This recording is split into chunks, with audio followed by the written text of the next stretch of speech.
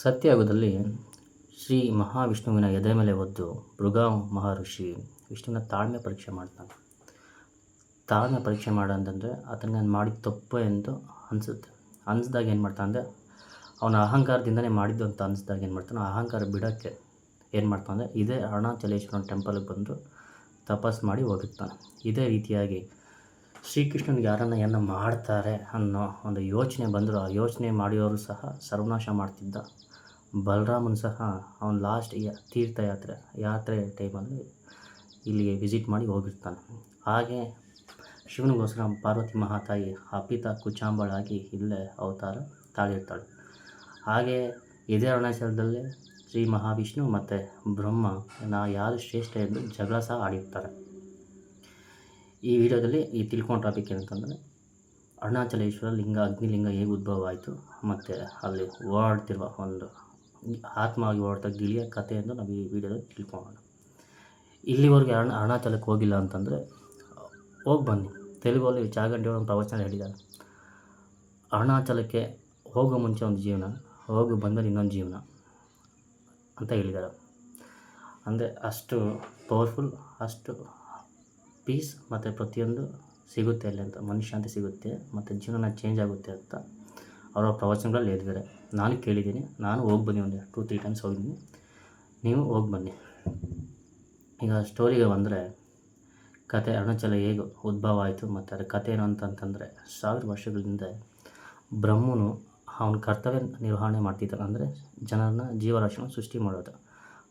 ಮತ್ತು ವಿಷ್ಣು ಏನು ಮಾಡ್ತಾನೆ, ಆ ಜೀವರಾಶಿ ಸೃಷ್ಟಿ ಮಾಡಿರೋ ಜೀವರಾಶಿಗಳಿಗೆ ನಡೆಸೋದು, ಜಗತ್ತು ನಡೆಸೋದು ವಿಷ್ಣು ಕೆಲಸ ಆಗಿರುತ್ತೆ. ಇದೇ ರೀತಿಯಾಗಿ ಇಬ್ಬರು ನಾರ್ಮಲಾಗಿ ಮಾತಾಡ್ತಿರೋ ಸಮಯದಲ್ಲಿ ಅವ್ರಿಗೊಂದು ಆರ್ಗ್ಯುಮೆಂಟ್ ಆಗುತ್ತೆ.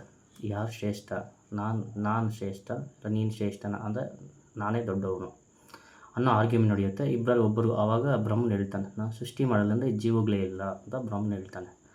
ಆಗ ವಿಷ್ಣು ಹೇಳ್ತಾನೆ, ನೀನು ಸೃಷ್ಟಿ ಮಾಡೋ ಜೀವಿಗಳಿಗೆ ನಾನು ನಡೆಸಿಲ್ಲ ಅಂದರೆ ನಾನು ನಡೆಸ್ಕೊಟ್ಟಿಲ್ಲ ಅಂತಂದರೆ ನೀನು ಮಾಡೋ ಸೃಷ್ಟಿ ಮಾಡೋ ಜೀವಿಗಳು ಸಹ ವೇಸ್ಟು ಅಂತ ಹೇಳ್ತಾನೆ.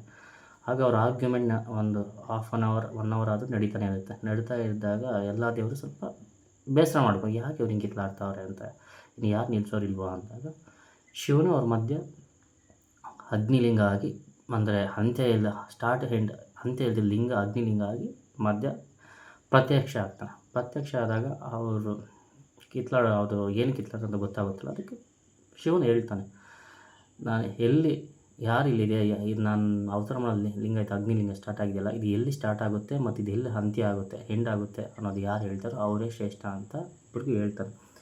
ಆಗ ಏನು ಮಾಡ್ತಾನೆ, ವಿಷ್ಣು ವರಹ ರೂಪ ಅವತಾರ ತಾಳಿ ಕೆಳಕ್ಕೆ ಹೋಗ್ತಾನೆ, ಇಲ್ಲಿ ಅಂತ್ಯ ಆಗ್ತಿದೆ ಅಂತ. ಬ್ರಹ್ಮ ಏನು ಮಾಡ್ತಾನೆ ಅಂದರೆ ತನ್ನ ಹಂಸ ಇರ್ತಲ್ಲ, ವಾಹನ ಮಾಡ್ಕೊಂಡು ಮೇಲಕ್ಕೆ ಹೋಗ್ತಾನೆ. ಮೇಲಕ್ಕೆ ಹೋಗ್ತಾ ವರ್ಷಗಳಾದ 1000 ವರ್ಷಗಳು ಹೋಗ್ತಾಯಿದ್ರು ಅವರಿಗೆ ಬ್ರಹ್ಮನಿಗೆ ಎಲ್ಲಿ ಸ್ಟಾರ್ಟ್ ಆಗಿದೆ ಅಂತ ಗೊತ್ತಾಗಲ್ಲ, ವಿಷ್ಣುವಿಗೆ ಎಲ್ಲಿ ಅಂತ್ಯ ಆಗಿದೆ ಅಂತ, ಅಂದರೆ ಎಲ್ಲಿ ಎಂಡ್ ಆಗ್ತಿದೆ ಅಂತಲೂ ಗೊತ್ತಾಗಲ್ಲ. ಅದೇ ಟೈಮಲ್ಲಿ ಬ್ರಹ್ಮನಿಗೆ ಮೇಲಿಂದ ಒಂದು ಕಮಲವು ಬೀಳ್ತಾ ಇರುತ್ತೆ. ಆ ಕಮಲವನ್ನು ನೋಡಿ ಕೇಳ್ತಾನೆ, ಎಲ್ಲಿಂದ ಬರ್ತಿದ್ಯಾ, ಎಲ್ಲಿಂದ ಬಿದ್ದೆ ಅಂದರೆ ಎಲ್ಲಿಂದ ಬರ್ತಿದ್ಯಾ ಅಂತ ಕೇಳ್ತಾನೆ. ಆ ಹೂವು ಕೇಳಿದಾಗ ಕಮಲವು ಹೇಳುತ್ತೆ, ನಾನು ಶಿವನ ತಲೆ ಮೇಲೆಯಿಂದ ಬೀಳ್ತಾ ಇದ್ದೀನಿ, 1000 ವರ್ಷಗಳಿಂದ ಬರ್ತಾನೆ ಇದ್ದೀನಿ ಅಂತ ಕೆಳಗೆ ಬೀಳ್ತಾನೆ ಅಂತ ಹೇಳಿದಾಗ ಹೌದಾ ಅಂತ ಹೇಳ್ದೆ. ಆವಾಗ ಕಮಲವ್ಗೆ ಹೇಳ್ತಾನೆ ಬ್ರಹ್ಮನು, ಶಿವನ ಹತ್ರ ಹೇಳು, ನಾನೇ ನೀನು ತಗೊಬಂದಿದ್ದು, ನನಗೆ ಗೊತ್ತಾಯಿತು ಅಂತ ಹೇಳು ಅಂತ ಒಪ್ಪಿಸ್ತಾನೆ. ಆಯಿತು. ಅದಕ್ಕೆ ಆ ಬ್ರಹ್ಮನಿಗಿಲ್ಲ ಅಂತ ಹೇಳೋಕ್ಕಾಗಲ್ಲ ಅಂತ ಒಪ್ಕೊತಾನೆ. ಆಯಿತು ಸ್ವಾಮಿ, ನಾನು ಹೇಳ್ತೀನಿ ಬಿಡು ಅಂತ. ಅದೇ ಟೈಮಲ್ಲಿ ಕಾಮಧೇನು ಬರ್ತಾ ಇರುತ್ತೆ, ಗೋಮಾತೆ. ಕಾಮಧೇನು ಇದೇ ಮಾತು ಹೇಳ್ತಾನೆ. ಕಾಮಧೇನು ಅಂತ ಒಪ್ಕೊಳುತ್ತೆ. ಮತ್ತು ವಿಷ್ಣುವಿಗೆ ಗೊತ್ತಾಗುತ್ತೆ ಅಂತ್ಯ ಸಿಗಲ್ಲ, ಅಹಮೆಲ್ಲ ಹೋಗಿ ಅಂತ್ಯ ನಂಗೆ ಗೊತ್ತಾಗಿಲ್ಲ ಅಂತ ಶಿವನ ಹತ್ರ ಒಪ್ಕೊತಾನೆ. ಬಟ್ ಆದರೂ ಬ್ರಹ್ಮಂಗೆ ಸ್ವಲ್ಪ ದುರಂಕಾರ ಇರುತ್ತೆ, ಅಹಂ ಇರುತ್ತೆ. ಆಗ ನನಗೆ ಗೊತ್ತಾಯಿತು ಇದು ಎಲ್ಲಿ ಸ್ಟಾರ್ಟ್ ಆಯಿತು ಅಂತ ಹೇಳ್ಬಿಟ್ಟು ಶಿವನಿಗೆ ಸುಳ್ಳು ಹೇಳ್ತಾನೆ. ಬೇಕಾದರೆ ಈ ಹೂವನ್ನು ಕೇಳಿ ಮತ್ತು ಕಾಮಧೇನು ಕೇಳಿ ಅಂತ ಹೇಳ್ತಾನೆ. ಹೇಳಿದಾಗ ಶಿವನವರು ಅವರಿಬ್ಬರನ್ನ ನೋಡಿ ಕೇಳ್ತಾನೆ, ಹೂವನ್ನು ಕೇಳೋ ಹೂವು ಹೇಳುತ್ತೆ, ಹೌದು ಸ್ವಾಮಿ, ನನ್ನ ಬ್ರಹ್ಮನೇ ಎತ್ಕೊಬಂದಿದ್ದು ಅಂತ ಹೇಳ್ತಾನೆ. ಮತ್ತು ನಂದಿ ಅದೇ ಕಾಮಧೇನು ಹೇಳುತ್ತೆ, ತಲೆಯಲ್ಲಿ ಹೌದು ಅಂತ ಹೇಳುತ್ತೆ, ತಾಕೆಯಲ್ಲಿ ಹಿಂದೆಯಿಂದ ಅಲ್ಲಾಡಿಸ್ತಾ ನಾನು ಸುಳ್ಳು ಹೇಳ್ತಾ ಇದ್ದೀನಿ ಅಂತ ಹೇಳುತ್ತೆ. ಇದೇ ರೀತಿಯಾಗಿ ಹೇಳಿದಾಗ ಶಿವನಿಗೆ ಗೊತ್ತಿರುತ್ತೆ ಇವ್ರು ಬ್ರಹ್ಮನು ಹೇಳ್ತಿರೋ ಸುಳ್ಳು ಮತ್ತು ಇವ್ರು ಹೇಳ್ತಿರೋ ಸುಳ್ಳು ಅಂತ. ಆಗ ಬ್ರಹ್ಮನ್ ಶಾಪ ಕೊಡ್ತಾನೆ, ನಿನಗೆ ಎಲ್ಲೇ ಭೂಲೋಕದಲ್ಲಿ ನಿನಗೆ ಎಲ್ಲೂ ಪೂಜೆ ನಡೆಯಲ್ಲ, ನಿನಗೆ ಯಾರು ಪೂಜೆ ಮಾಡಲ್ಲ, ವಿಗ್ರಹ ಇಡಲ್ಲ ಅಂತ ಶಾಪ ಕೊಡ್ತಾನೆ. ಮತ್ತು ಹೂವು ಕೇಳ್ತಾ ನೀನು ಯಾರು ಕಮಲದ ಹೂಕ್ಕೆ ನೀನು ಯಾರು ಬಳಸಲ್ಲ, ನೀನು ಕೆಸರಲ್ಲಿರ್ತೀಯ ಅಂತ ಹೇಳಿ ಶಾಪ ಕೊಡ್ತಾನೆ. ಮತ್ತು ಗೋಮಾತೆಗೆ ಮಾತ್ರ ಅಲ್ಲ, ಕಾಮಧೇನುಗೆ ಮಾತ್ರ, ಯಾಕಂದರೆ ಅದು ತಲೆಯಲ್ಲಿ ಇಲ್ಲ, ಹೌದು ಒಂದು ತಾಕೆಯಲ್ಲಿ ಇಲ್ಲ ಅಂದಿದ್ದಕ್ಕೆ ನೀನು ಯಾರು ಮುಂದೆ ನಿನಗೆ ತಲೆಗೆ ಪೂಜೆ ಮಾಡಲ್ಲ, ನಿಂಗೆ ಹಿಂದೆನೇ ಪೂಜೆ ಮಾಡ್ತಾನೆ ಅಂತ ಹೇಳ್ತಾನೆ. ಆಗ ಬ್ರಹ್ಮನಿಗೆ ತನ್ನ ಅಹಂ ದುರಹಂಕಾರ ತನ್ನ ಇದೆಲ್ಲ ಹೋಗುತ್ತೆ. ಆ ಟೈಮಲ್ಲಿ ಹೋದಾಗ ಶಿವನ್ ಕೇಳ್ಕೊತಾನೆ,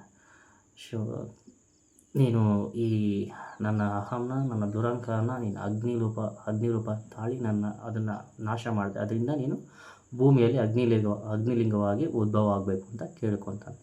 ಆ ಕೋರಿಕೆ ಮೇರೆಗೆ ಅರುಣಾಚಲದಲ್ಲಿ ಫಸ್ಟ್ ಅಗ್ನಿಲಿಂಗ ಅಂದರೆ ಅರುಣಗಿರಿಯಾಗಿ ಅರುಣಾಚಲದಲ್ಲಿ ನೆಲೆಸಿದಾಗ ಅದು ಸತ್ಯಯುಗದಲ್ಲಿ ಅಗ್ನಿ ಅಂದರೆ ಉರಿತಿರೋ ಜಾಲಿಯಾಗಿರುತ್ತೆ. ಮತ್ತು ದ್ವಾಪರ ಯುಗದಲ್ಲಿ ತಾಮ್ರ ಶಿಲೆಯಾಗಿರುತ್ತೆ. ದ್ವಾಪರ ಯುಗದಲ್ಲಿ ಬಂಗಾರದ ಬೆಟ್ಟದ ಥರ ಕಾಣಿಸುತ್ತೆ. ಮತ್ತು ತ್ರೇತಾಯುಗದಲ್ಲಿ ತಾಮ್ರ ಶಿಲೆಯಾಗಿ ಕಾಣಿಸುತ್ತೆ. ಮತ್ತು ಸತ್ಯ ಅಂತೀನಿ, ಕಲಿಯುಗದಲ್ಲಿ ನಾರ್ಮಲ್ ಬೆಟ್ಟ ಅಂದರೆ ಅರುಣಗಿರಿ ಬೆಟ್ಟ ನಾರ್ಮಲ್ ಬೆಟ್ಟ ಆಗಿ ಸೃಷ್ಟಿಯಾಗುತ್ತೆ. ಅದೇ ದೊಡ್ಡ ಲಿಂಗ. ಇಡೀ ಪ್ರಪಂಚದಲ್ಲಿ ಯಾವುದನ್ನ ದೊಡ್ಡ ಲಿಂಗ ಇದೆ ಅಂತಂದರೆ ಶಿವಂದು ಅದು ಅರುಣಾಚಲದಲ್ಲೇ ಬರುತ್ತೆ. ಆ ಬೆಟ್ಟನೇ ಲಿಂಗ ರೂಪ ತಾಳಿ ಅದು ಅಲ್ಲಿ ಉದ್ಭವ ಆಗಿರುತ್ತೆ. ಹಾಗೆ ಇನ್ನೊಂದು ಹಿಸ್ಟ್ರಿ ಏನಂತಂದರೆ ರೀಸೆಂಟಾಗಿ ಸೈಂಟಿಫಿಕ್ಕಾಗಿ ಏನೋ ಒಂದು ಹಿಮಾಚಲ ಎಷ್ಟು ವರ್ಷದ ಹಿಂದೆ ಅಂದರೆ ಹಿಮಾಚಲದಲ್ಲಿ ಹಿಮಾಲಯಸ್ ಯಾವಾಗ ಅಂದರೆ ಅದು ಯಾವಾಗ ಉದ್ಭವ ಆಗಿದೆ ಅಂತ ಸೈಂಟಿಸ್ಟರು ರಿಸರ್ಚ್ ಮಾಡಿದಾಗ ಅದು ಗೊತ್ತಾಗುತ್ತೆ. 7,000 ವರ್ಷಗಳಿಂದನೇ ಇದು ಸ್ಟಾರ್ಟ್ ಆಗಿದೆ. ಅದಕ್ಕಿಂತ ಮಿಸ್ಟ್ರಿ ಇನ್ನೊಂದೇನಂತಂದರೆ ಈ ಅರುಣಾಚಲ ಬೆಟ್ಟ ಇದೆಯಲ್ಲ ಗಿರಿ, ಇದು 360 ಕೋಟಿ ವರ್ಷಗಳಿಂದನೇ ಆಗಿತ್ತು ಅಂತ ಸೈಂಟಿಫಿಕಲ್ ರಿಸರ್ಚಲ್ಲಿ ಹೇಳಿದ್ದಾರೆ. ಅದೇ ರೀತಿಯಾಗಿ ಬೆಟ್ಟ ಆಗಿ ಅರುಣಗಿರಿ ಬೆಟ್ಟ ಆಗಿ ಲಿಂಗ ಆಗಿ ಮಾರ್ಪಡಿ ಈಗ ಪ್ರಪಂಚದಲ್ಲಿ ಏನಲ್ಲಿ ಲಿಂಗ ಇದೆ ಅಂತಂದರೆ ದೊಡ್ಡ ಲಿಂಗ ಅಂದರೆ ದೇವರ ಲಿಂಗ ಇದೆ, ಅದೇ ದೊಡ್ಡ ಲಿಂಗ. ಏಕಶಿಲೆ ಬೆಟ್ಟ ಆಗಿ ಲಿಂಗ ಆಗಿ ಇದೆ. ಮತ್ತು ಇದೇ ರೀತಿಯಾಗಿ ಸಾವಿರಾರು ಜನ ಭಕ್ತಾದಿಗಳು ಬಂದು ಇಲ್ಲಿ ದರ್ಶನ ಮಾಡ್ಕೊಂಡು ಹೋಗ್ತಾ ಇರ್ತಾರೆ. ಹಾಗೆ ಅಲ್ಲಿರೋ ಅಷ್ಟದಿವ ಅದೇ ಇದರಲ್ಲಿ ಅದೇ ಸತ್ಯದಲ್ಲಿ ಇದಾಯ್ತಲ್ಲ, ಆಗ ಅಲ್ಲಿರೋ ಅಷ್ಟದಿಗ್ಪಾಲಕರು 8 ಅಂದರೆ ಈ ಪ್ರಪಂಚವನ್ನು ನಡೆಸುತ್ತಿರುವ 8 ಲಿಂಗಗಳನ್ನಾಗಿ ಬೆಟ್ಟ ಸುತ್ತ ಅಂದರೆ ಉದ್ಭವ ಅಂತಂದರೆ ಪ್ರತಿಷ್ಠಾಪನೆ ಮಾಡ್ತಾರೆ. ನಾವು ಹೋಗಿ ದರ್ಶನ ಮಾಡ್ಕೊತೀವಲ್ಲ, ಅದ್ಯಾರು ಮನುಷ್ಯರಾಗಿ ನಾವು ಜೀವಿಗಳ್ಯಾರು ಅದನ್ನ ಇಟ್ಟಿಲ್ಲ, ಸಾಕ್ಷಾತ್ ದೇವರು ಅಷ್ಟದಿಬ್ಬರಾಗಿ ಲಿಂಗಗಳು ಇಟ್ಟು ಇವತ್ತು ನಾವು ಅದನ್ನು ಅರುಣಗಿರಿ ಪ್ರದರ್ಶನ ಮಾಡಿದ್ರೆ ಪ್ರತಿಯೊಂದು ಲಿಂಗನೂ ದರ್ಶನ ಮಾಡ್ಕೊಂಡು ಹೋಗ್ತೀವಲ್ಲ, ಅದು ಆ ದೇವತೆಗಳೇ ಇಟ್ಟೋಗಿರೋ ಲಿಂಗ ಅಂತ ಈಗ ಹೇಳ್ತಾರೆ. ಇಷ್ಟು ಅರುಣಾಚಲದ ಸ್ಟೋರಿ, ಹೇಗೆ ಉದ್ಭವ ಆಯಿತು ಮತ್ತೆ ಅಂತ. ಇನ್ನೊಂದಾಗಿ ಗಿಳಿ ಆತ್ಮ, ಅಲ್ಲಿ ಇವಾಗೂ ಗಿಳಿ ಆತ್ಮ ಓಡಾಡ್ತಾ ಇರುತ್ತೆ. ಗಿಳಿ ಅದು ಯಾರ್ದು ಆತ್ಮ, ಅದು ಏನು ಕಥೆ ಅಂತ ಈಗ ನಿಮಗೆ ಹೇಳ್ತೀನಿ. ನಾನು 15ನೇ ಶತಮಾನದಲ್ಲಿ ಪ್ರೌಢರಾಯರ ಕಾಲದಲ್ಲಿ ಆಗ ಅರುಣಗಿರಿನಾಥರನ್ನು ಒಬ್ಬ ಬ್ರಾಹ್ಮಣ ಹುಡುಗ ಇರ್ತಾನೆ. ಆ ಬ್ರಾಹ್ಮಣ ಹುಡುಗನು ಅವ್ರ ತಂದೆ ಉಪದೇಶದಂತೆ ಸುಬ್ರಹ್ಮಣ್ಯ ಸ್ವಾಮಿ ಜಪ ಮಾಡಿಕೊಂಡು ನೆಮ್ಮದಿಯಾಗಿ ಬದುಕ್ತಾ ಇರ್ತಾರೆ. ಅಂದರೆ ದೇವ್ರ ಜಪ ಮಾಡಿಕೊಂಡು ಒಳ್ಳೆ ಪೀಸ್ಫುಲ್ ಲೈಫ್ ಲೀಡ್ ಮಾಡ್ತಿರ್ತಾನೆ. ಇದೇ ಸಮಯದಲ್ಲಿ ಏನಾಗುತ್ತೆ ಅಂತಂದರೆ ಅವ್ರ ತಂದೆ ತಾಯಿ ತೀರ್ಕೊಂಡಾಗ ಈ ಅರುಣಗಿರಿನಾಥರು ಏನಾಗ್ತಾನೆ, ಕೆಟ್ಟ ಚಟಗಳಿಗೆ ಅಂದರೆ ಮದ್ಯಪಾನಕ್ಕೆ ಮತ್ತು ವೇಶ್ಯ ಸಹವಾಸ ಮಾಡ್ತಾನೆ. ವೇಶ್ಯ ಸಹವಾಸ ಮಾಡಿದಾಗ ಪ್ರತಿದಿನ ಹೋಗೋದು, ವೇಶ್ಯರ ಹತ್ರ ಹೋಗೋದು, ಮದ್ಯಪಾನ ಮಾಡೋದು, ಈ ಥರ ಮಾಡ್ತಿರ್ತಾನೆ. ಅವ್ನಿಗೆ ಅಮೌಂಟ್ ಬೇಕಲ್ಲ, ಅವ್ರ ಅಕ್ಕ ಒಬ್ಳು ಇರ್ತಾಳೆ. ಅವ್ರ ಅಕ್ಕ ಡೈಲಿ ಹೋಗಿ ಅಮೌಂಟ್ ಕೇಳೋದು. ಅವ್ರ ಅಕ್ಕನಿಗೆ ಅಂದರೆ ತುಂಬ ಪ್ರೀತಿ ಇರೋದಕ್ಕೆ ಡೈಲಿ ಅಮೌಂಟ್ ಕೊಡ್ತಾನೆ ಇರ್ತಾಳೆ. ಅವ್ನು ಡೈಲಿ ಹೋಗಿ ಅವ್ರ ಅಕ್ಕ ಮನೇಲಿರೋ ವಸ್ತುಗಳಿಂದ ಪ್ರತಿಯೊಂದು ಮಾರಿ ಅಂದರೆ ಚೆನ್ನಾಗಿರೋ ಕುಟುಂಬ ಬಡ ಕುಟುಂಬ ಆಗುತ್ತೆ, ಏನಕ್ಕೂ ಇಲ್ದಂಗೆ ಆಗಿಬಿಡುತ್ತೆ. ಒಂದಿನ ಅರುಣಗಿರಿನಾಥರು ಹೋಗ್ಬಿಟ್ಟು ಮತ್ತೆ ಅವ್ರ ಅಕ್ಕನ ಅದೆಲ್ಲ ಗೊತ್ತಿದ್ರು ಮತ್ತೆ ಕೇಳ್ತಾನೆ ಅಮೌಂಟ್ ಕೊಡೋಕ್ಕ ಅಂತ. ಅವ್ರ ಅಕ್ಕನಿಗೆ ಯಾವತ್ತೂ ಕೋಪ ಮಾಡ್ಕೊಂಡಿರಲ್ಲ, ಅಂಥ ಕೋಪ ಮಾಡಿಕೊಂಡು ಬೇಜಾರು ಮಾಡ್ಕೊಂಡು ನಿಲ್ತಾಳೆ. ಸೀರೆ ಬಟ್ಟೆಯನ್ನು ತೆಗೆದುಬಿಡ್ತಾಳೆ. ತಗೋ, ನೀನಿದೆ ಶಾರೀರಿಕ ಸುಖಕ್ಕೋಸ್ಕರ ತಾನೇ ನೀನು ದುಡ್ಡು ಕೇಳ್ತಿರೋದು, ತಗೋ ನನ್ನೇ ಅನುಭವಿಸು ಅಂದಾಗ ಅರುಣಗಿರಿನಾಥರಿಗೆ ತೊಡ್ಕೊಳಕ್ಕಾಗಲ್ಲ. ಅಷ್ಟು ನೋವು, ದುಃಖಗಳ ಕಣ್ಣ ನೀರು ಬರುತ್ತೆ. ಅವ್ರ ಅಕ್ಕನಿಗೆ ಹೇಳ್ತಾನೆ, ನೀವು ಈ ಕೆಲಸ ಮಾಡೋ ಬದಲು ನನಗೊಂದು ತೊಟ್ಟು ವಿಷ ಕೊಟ್ಟು ಸಾಯಿಸ್ಬೋದಿತ್ತಲ್ಲ ಅಕ್ಕ ಅಂತ. ಆಗ ಅವ್ನಿಗೆ ಬೇಜಾರಾಗ್ಬಿಡುತ್ತೆ. ನನಗೆ ಇನ್ನು ನಮ್ಮ ಅಕ್ಕನೇ ಈ ಥರ ಮಾಡಿದಾಗ, ಅಂದರೆ ಅವನಿಗೆ ಭರಿಸಲಾರದ ನೋವು, ಒಂದು ಇನ್ಸಿಡೆಂಟ್ ಅವನ್ನ ಚೇಂಜ್ ಮಾಡುತ್ತಲ್ಲ, ಸಾಯೋ ನಿರ್ಧಾರ ತಗೊತಾನೆ. ಆಗೇನು ಮಾಡ್ತಾನೆ ಅಂದರೆ, ಇದೇ ಅರುಣಾಚಲದಲ್ಲಿ 4ನೇ ಗೋಪುರ, ಬಳ್ಳಾಳ ದೇವ ಕಟ್ಟಿಸಿರೋ ಗೋಪುರ ಹತ್ರ ಹೋಗಿ ಅವನು ಮನಸ್ಸಲ್ಲಿ ಅಂದ್ಕೊಂಡು ಆ ಗೋಪುರದ ಮೇಲೆ ಹತ್ತಿ ಮನಸ್ಸಲ್ಲಿ ಅಂದ್ಕೊತಾನೆ, ನಾನು ಸುಬ್ರಹ್ಮಣ್ಯ ಸ್ವಾಮಿ ಧ್ಯಾನ ಮಾಡ್ತಿದ್ದಾಗ ಎಷ್ಟು ಪೀಸ್ಫುಲ್ಲಾಗಿ ಇದ್ದೆ, ನನ್ನ ಜೀವನ ಹಿಂಗಾಗೋಯ್ತು ಅಂತ ಹೇಳ್ಬಿಟ್ಟು ಆ ದೇವ್ರು ನೆನೆಸ್ಕೊಂಡು ಅಲ್ಲಿಂದ ಬೀಳ್ತಾನೆ. ಇನ್ನೇನು ಬಿದ್ದು ಸಾಯಬೇಕು ಅನ್ನೋ ಟೈಮಲ್ಲಿ ಸಾಕ್ಷಾತ್ ಸುಬ್ರಹ್ಮಣ್ಯ ಸ್ವಾಮಿನೇ ಪ್ರತ್ಯಕ್ಷ ಆಗಿಬಿಟ್ಟು ಅವ್ನು ಕಾಪಾಡಿಬಿಟ್ಟು ಅವ್ನಿಗೆ ಹೇಳ್ತಾನೆ, ನಿಂದು ಸಾಮಾನ್ಯವಾದ ಜೀವನ ಅಲ್ಲ, ನಿನ್ನಿಂದ ನಾಮಗಳು ಸ್ತೋತ್ರಗಳು ಅಂದರೆ ದೇವರ ಕೀರ್ತನೆಗಳು ತುಂಬ ಇದು ಮಾಡ್ತೀಯ ನೀನು, ಅಂದರೆ ನಿನ್ನ ಬಾಯಿಂದ ಹಾಡ್ತೀಯ ಅಂತಂದರೆ ಸ್ಮರಿಸ್ತೀಯ, ಪ್ರವಚನಗಳು ಹೇಳ್ತೀಯ, ಕೀರ್ತನೆಗಳು ಹಾಡ್ತೀಯ ಅಂತ ಹೇಳ್ಬಿಟ್ಟು ಅವನಿಗೆ ಅವನು ಸುಬ್ರಹ್ಮಣ್ಯ ಸ್ವಾಮಿಯಲ್ಲಿರುತ್ತಲ್ಲ ಇದ್ರ ಮೇಲೆ ಅವ್ರ ಆಯುಧದಲ್ಲಿ ಅವನ ನಾಲಿಗೆ ಮೇಲೆ, ಅಂದರೆ ಅರುಣಗಿರಿನಾಥರ ನಾಲಿಗೆ ಮೇಲೆ ಬೀಜಾಕ್ಷರ ಇದು ಮಾಡ್ತಾನೆ. ಅವಾಗಿಂದ ಅವನು ಸ್ವಾಮಿಯ ಕೀರ್ತನೆಗಳು 16,000 ಕೀರ್ತನೆಗಳನ್ನ ಹಾಡ್ತಾನೆ, ದೇವ್ರನ್ನ ಸ್ಮರಿಸ್ತಾನೆ. ಇದನ್ನು ಅವನು ತುಂಬ ಫೇಮಸ್ ಆಗ್ತಾನೆ. ಆಗಿನ ರಾಜ ಪ್ರೌಢರಾಗಿರ್ತಾರಲ್ಲ, ಇವನು ಕೀರ್ತನೆಗಳು ಕೇಳಿ ಹೋಗ್ತಾನೆ. ಆಗ ಅವನ್ನ ಕರೆಸಿ ಅವನಿಗೆ ಆಸ್ಥಾನದ ಮಹಾಕವಿಯಾಗಿ ಮಾಡ್ತಾನೆ. ಆ ಕವಿ ಮಾಡಿದಾಗ ಏನಾಗುತ್ತೆ, ಇನ್ನೊಬ್ಬ ಮಹಾಕವಿ ಆಸ್ಥಾನದ ಕವಿ ಇರ್ತಾನೆ, ಯಾರು, ಸಂಬಂಧಮ್ ಅಂತ. ಅವನಿಗೆ ಅಸೂಯೆ, ಅವನು ಇದ್ಕೊಂಡು ಇನ್ನೊಬ್ಬನ್ನ ಇದು ಮಾಡಿಕೊಂಡಾಗ ಬೇಜಾರಾಗುತ್ತೆ. ಮತ್ತು ಇವನ ಕೀರ್ತನೆಗಳು ತುಂಬ ಕ್ಲೋಸ್ ಆಗ್ತಾನೆ, ರಾಜರು ಕ್ಲೋಸ್ ಆದಾಗ ಅವನಿಗೆ ತೊಡ್ಕೊಳಕ್ಕಾಗಲ್ಲ, ಯಾರಿಗೆ, ಸಂಬಂಧಮ್ಗೆ. ಆವಾಗ ಅವನೇನು ಮಾಡ್ತಾನೆ ಅಂದರೆ, ಅವನಿಗೊಂದು ಪ್ರತ್ಯೇಕವಾದ ಅನುಗ್ರಹ ಇರುತ್ತೆ ಕಾಳಿಕಾ ದೇವಿಯಿಂದ. ಅವನು ಯಾವಾಗ ಕೂಗರು ಕಾಳಿಕಾ ಮಹಾದೇವಿ ಪ್ರತ್ಯಕ್ಷ ಆಗ್ತಾಳೆ. ಅವನು ಇದನ್ನೇ ಬಳಸ್ಕೊಂಡು ಏನು ಮಾಡ್ತಾನಂತಂದರೆ, ಅರುಣಾಚಲ ದೇವಸ್ಥಾನಕ್ಕೆ ಪ್ರತಿಯೊಬ್ಬ ಆಗಿನ ರಾಜರಿರೋ ಜನರನ್ನೆಲ್ಲ ರಾಜರನ್ನ ಕರೆಸಿ ಅವ್ರಿಗೆ ಹೇಳ್ತಾನೆ, ನಾನು ನಿಮಗೆಲ್ಲ ಕಾಳಿಕಾದೇವಿ ದರ್ಶನ ಮಾಡಿಸ್ತೀನಿ. ಅರುಣಗಿರಿನಾಥರಿಗೆ ಹೇಳಿ, ಸುಬ್ರಹ್ಮಣ್ಯ ಸ್ವಾಮಿ ನಾವು ಇಬ್ಬರಲ್ಲಿ ಯಾರು ಶ್ರೇಷ್ಠ, ಯಾರಿದು ಅಂತ ತೋರಿಸ್ಕೊಳಕ್ಕೆ. ಮತ್ತು ಅವನು ಧ್ಯಾನ ಮಾಡ್ತಾನೆ. ಅವನು ಧ್ಯಾನ ಮಾಡಿದ್ರೂ ಅವನ ಇಂಟೆನ್ಷನ್ ಕಾಳಿಕಾದೇವಿ ಗೊತ್ತಿರುತ್ತೆ, ಇವ್ರು ಮಾಡಿದ್ರೆ ಸರಿಯಲ್ಲ ಅಂತ. ಅವ್ನು ಧ್ಯಾನ ಮಾಡಿದ್ರು ತಾಯಿ ದರ್ಶನ ಭಾಗ್ಯ ಕೊಡಲ್ಲ ಯಾರಿಗೂ. ಆಗ ಅವನು ಒಪ್ಕೊತಾನೆ, ನನ್ನ ಕೈಲಾಗಿಲ್ಲ, ಅರುಣಗಿರಿನಾಥರ್ ಸುಬ್ರಹ್ಮಣ್ಯ ಸ್ವಾಮಿನ ದರ್ಶನ ಮಾಡಿಸ್ತಾನೆ ನಿಮಗೆಲ್ಲ ಅಂತ ಹೇಳ್ತಾನೆ. ಅಲ್ಲಿಗೂ ಅರುಣಗಿರಿನಾಥರ್ ಬೇಜಾರಾಗುತ್ತೆ, ಹೆಂಗಪ್ಪ ಅವನಿಗೆ ಇಷ್ಟ ಇರಲ್ಲ.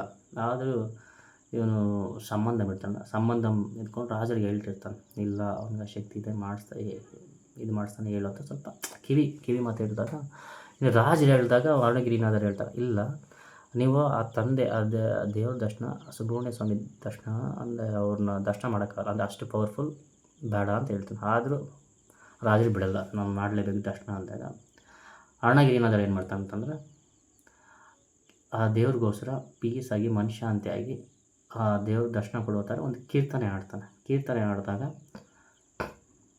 ಅಲ್ಲೇ ಕಂಬದಲ್ಲಿ ಸುಬ್ರಹ್ಮಣ್ಯ ಸ್ವಾಮಿ ಹೊಡ್ಕೊಂಡು ಬಂದು ದರ್ಶನ ಕೊಡ್ತಾನೆ. ಪ್ರತಿಯೊಬ್ಬ ಜನರು ದರ್ಶನ ಕೊಟ್ಟಾಗ ಪ್ರತಿಯೊಬ್ಬರು ಹೊಗಳ್ಕೊಂಡು ದೇವ್ರ ದರ್ಶನ ಮಾಡ್ಕೊತಾರೆ.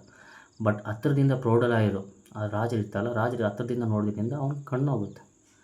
ಅವಾಗ ಅನಿಸುತ್ತೆ, ನಮ್ಮ ಭಾಳ ಅರುಣಗಿರಿನಾಥರು ಹೇಳಿದ್ರು ನಂಗೆ ಕೇಳಿಲ್ಲ, ನನ್ನ ಕಣ್ಣು ಹೋಯ್ತು ಅಂತ ಪಶ್ಚಾತ್ತಾಪ ಬಿದ್ದಾಗ ಈ ಸಂಬಂಧ ಬಿಡ್ತಾನಲ್ಲ, ಅವನು ನೈಟೆಲ್ಲ ಹೋಗಿ ವೇದಗಳು ಬುಕ್ಗಳೆಲ್ಲ ರೆಫರ್ ಮಾಡ್ತಾನೆ, ಈ ಕಣ್ಣು ಹೋಗಿರೋದಕ್ಕೆ ಏನು ಮಾಡೋದು ಅಂತ. ಅವ್ನಿಗೆ ಅದೆಲ್ಲ ಒಂದು ಬುಕ್ಕಲ್ಲಿ ಒಂದು ಬಂದಿರುತ್ತೆ, ಇಂಥ ಹೂವು ತಂದರೆ ಮೇಲೆ ಲೋಕದಲ್ಲಿ ಹೂವು ಇರುತ್ತೆ, ಹೂವು ತಂದರೆ ನಂಗೆ ಕಣ್ಣು ಬರುತ್ತೆ ಅಂತ ಅವ್ನಿಗೆ ಗೊತ್ತಾಗುತ್ತೆ. ಆಗ ರಾಜರು ಹೋಗಿ ಹೇಳ್ತಾನೆ, ಈ ಥರ ಮೇಲೆ ಒಂದು ಹೂವು ಇರುತ್ತೆ, ಮೇಲೆ ಲೋಕದಲ್ಲಿ ಹೂವು ಇರುತ್ತೆ, ಆ ಹೂವು ತಂದರೆ ನಿಮ್ಗೆ ಕಣ್ಣು ಬರುತ್ತೆ ಅಂತ ಹೇಳ್ತಾನೆ. ಆಗ ರಾಜರಿಗೆ ಒಂದು ಖುಷಿ, ನನ್ನ ಕಣ್ಣು ಬರುತ್ತೆ ಅಂತ. ಇನ್ನೊಂದು, ಯಾರಪ್ಪ ಅಂತವ್ರು ಇದ್ದಾರೆ, ಯಾರು ತರ್ತಾರೆ ಅನ್ನೋ ಇದೊಂದು. ಆಗ ಸಂಬಂಧಮ್ನೇ ಕೇಳ್ತಾನೆ. ಕೇಳಿದಾಗ ಅವನು ಹೇಳ್ತಾನೆ, ಯಾರಿದ್ದಾರೆ, ಸಾಕ್ಷಾತ್ ಸುಬ್ರಹ್ಮಣ್ಯ ಸ್ವಾಮಿನ ದರ್ಶನ ಕೊಡಿಸೋ ಅರುಣಗಿರಿನಾಥರು ಇದ್ದಾನಲ್ಲ, ತಂದು ಕೊಡ್ತಾನೆ ಅಂತ ಹೇಳ್ತಾನೆ. ಆಗ ಓಕೆ ಅಂತ ಹೇಳ್ಬಿಟ್ಟು ರಾಜರು ನಂಬಿಕೆ ಬರುತ್ತೆ. ಯಾಕಂದರೆ ಅದು ಸಾಕ್ಷಾತ್ ದೇವ್ರನ್ನೇ ದರ್ಶನ ಮಾಡಿಸಿರೋರಿಗೆ ಇದು ಯಾವ ಲೆಕ್ಕ ಅಂತ ಹೇಳ್ಬಿಟ್ಟು ಅವ್ನಿಗೆ ಆಜ್ಞೆ ಮಾಡ್ತಾನೆ ಅರುಣಗಿರಿನಾಥರಿಗೆ ಏನಂತ, ನನಗೆ ಈ ಥರ ಹೂವು ನೀನು ತಂದು ಕೊಡಬೇಕು ಅಂತ. ಇನ್ನು ಮೊದಲು ಅರುಣಗಿರಿನಾಥರಿಗೆ ಒಂದು ದುಃಖ ಇರುತ್ತೆ, ನನ್ನಿಂದನೇ ರಾಜನ ಕಣ್ಣೋಯ್ತು ಅಂತ. ಅದರಿಂದ ಅರುಣಗಿರಿನಾಥರು ಏನು ಮಾಡ್ತಾನೆ, ಆಯಿತು ನಾನು ತರ್ತೀನಿ ಅಂತ ಹೇಳ್ಬಿಟ್ಟು ಅರುಣಾಚಲದಲ್ಲಿ 4ನೇ ಗೋಪುರ ಇರುತ್ತಲ್ಲ, ಅಲ್ಲಿ ಹೋಗ್ಬಿಟ್ಟು ದೇವ್ರ ಧ್ಯಾನ ಮಾಡ್ತಾ ಅವ್ರ ದೇಹನ ಅಂದರೆ ಅಲ್ಲಿ ದೇಹನ ಬಿಟ್ಟು ಶಾರೀರನ ಫಿಸಿಕಲ್ ಆ ದೇಹನ ಬಿಟ್ಟು ಒಂದು ಗಿಳಿ ರೂಪ ತಾಳಿ ಹೋಗ್ತಾನೆ ಹೂವು ತರೋಕ್ಕೆ. ಹೂವು ತರೋಕೆ ಹೋದಾಗ ಈ ಸಂಬಂಧ ಮೊದಲೇ ಅಸೂಯೆ ಕುಲ್ಲಲ್ಲ, ಇವ್ನು ನೋಡಿದ್ರೆ ಅರುಣಗಿರಿನಾಥ ನೋಡಿದ್ರೆ ಅದು ಯಾಕಂದ್ರೆ ಅವ್ನ ಪ್ಲೇಸ್ ಕಿತ್ಕೊಳಲ್ಲ, ಇದೇ ಸರಿಯಾದ ಸಮಯ ಅಂತಬಿಟ್ಟು ಆ 4ನೇ ಗೋಪುರ ಹತ್ಬಿಟ್ಟು ಅವನು ಬಾಡಿನ ತಂದುಬಿಟ್ಟು ಸುಟ್ಟಾಕಿದಾಗ ಫಿಸಿಕಲ್ ಬಾಡಿ ಹೋಯ್ತಾ. ಮತ್ತು ಅರುಣಗಿರಿನಾಥ ಅಲ್ಲಿಂದ ಹೂ ತರ್ತಾನೆ. ಹೂವು ತಂದು ರಾಜರಿಗೆ ಕಣ್ಣು ಬರುತ್ತೆ. ರಾಜರಿಗೆ ಕಣ್ಣು ಬಂದಾಗ ಮತ್ತು ಅರುಣಗಿರಿನಾಥ ಅಲ್ಲಿಗೆ ಹೋಗ್ತಾನೆ, ಅವನ ದೇಹಕ್ಕೆ ಸೇರೋಣ ಅಂತ ಹೋಗ್ತಾನೆ. ದಹನ ಮಾಡಾಕಿರೋದು ಗೊತ್ತಾಗುತ್ತೆ. ಆಗ ರಾಜರಿಗೆ ಗೊತ್ತಾಗುತ್ತೆ ಅರುಣಗಿರಿನಾಥರಿಗೆ ಈ ಥರ ಮಾಡಿದ್ದಾನೆ ಸಂಬಂಧ ಅಂತ. ಶಿಕ್ಷೆ ಕೊಡೋಕ್ಕಂತ ಹೋಗ್ತಾನೆ. ಶಿಕ್ಷೆ ಕೊಡೋಕ್ಕಂತ ಹೋದಾಗ ಅರುಣಗಿರಿನಾಥರು ಬೇಡ, ನನಗೆ ಇದೇ ರೀತಿಯಾಗಿ ನಾನು ಇಲ್ಲೇ ಸುತ್ತಾಡಿಕೊಂಡು ವಿಷ್ಣು ಸುಬ್ರಹ್ಮಣ್ಯ ಸ್ವಾಮಿ ಎಲ್ಲಿ ಅವತಾರ ಕಂಬದಿಂದ ಬಂದಿದ್ದು ದರ್ಶನ ಕೊಟ್ಟನೋ ಅದೇ ಇದರಲ್ಲಿ ಸ್ತಂಭ ಉದ್ಭವೋತ್ಸವ ಸುಬ್ರಹ್ಮಣ್ಯ ಸ್ವಾಮಿ ಅಂತ ಇರುತ್ತೆ. ಅಲ್ಲೇ ಕೀರ್ತನೆಗಳು ಆಡ್ಕೊಂಡು ಇಲ್ಲೇ ಇರ್ತೀನಿ ಅಂತ ಹೇಳ್ಬಿಟ್ಟು ಆತ್ಮಾಹುತಿ ಆಡ್ಕೊಂಡು ಹೇಳ್ಕೊಂಡಿರ್ತೀನಿ. ದೇವ್ರು ನಂಗೆ ಇಷ್ಟೇ ಸಾಕು ಜೀವನ ಅಂತ ಹೇಳ್ಬಿಟ್ಟು ಅಂದರೆ ಅವ್ರಿಗೇನು ಇದು ಮಾಡಬೇಡಿ, ನಾನು ಇರೋ ತನಕ ನಾನು ಇಲ್ಲೇ ಓಡಾಡಿಕೊಂಡು ಸುಬ್ರಹ್ಮಣ್ಯ ಸ್ವಾಮಿಗೆ ನನ್ನ ಕೀರ್ತನೆಗಳಲ್ಲಿ ಮಾಡ್ಕೊಂಡಿರ್ತೀನಿ ಅಂತ ಹೇಳ್ತಾರೆ. ಇಷ್ಟು ಈ ಗಿಳಿಯ ಸ್ಟೋರಿ. ನಿಮಗೆ ಈ ವಿಡಿಯೋನ ಇಷ್ಟ ಆಗಿದ್ದರೆ please subscribe and like. Bye.